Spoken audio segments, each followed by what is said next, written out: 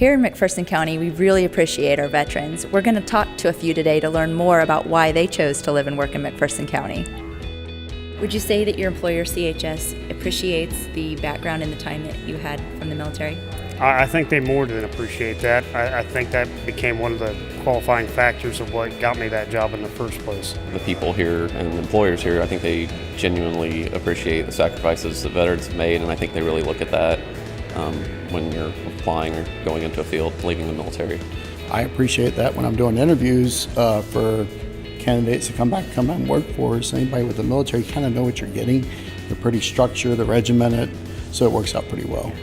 So what's the community of veterans like here in McPherson County?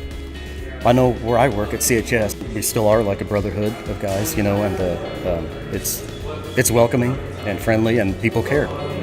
We have a VFW and American Legion you can go to. Also, pretty much if you were to ask somebody, there's quite a group of veterans that live around this area that you could get to know. You know, you got your Veterans Day parades, they do stuff at the cemetery for Memorial Day, and that's important for me. I like seeing the flag fly. It's always surprising. Sometimes you're working with someone and then you realize, oh, they were in the military too, so you have something in common. What advice would you give anybody that's transitioning out of the military?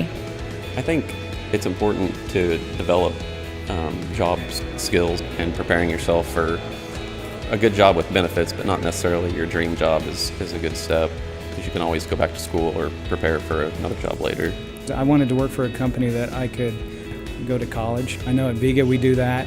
I know a lot of places in here in McPherson do that. You got to be flexible. I mean, you know, you can go back to wherever your hometown was and that works, but I mean, I was ready to move anywhere.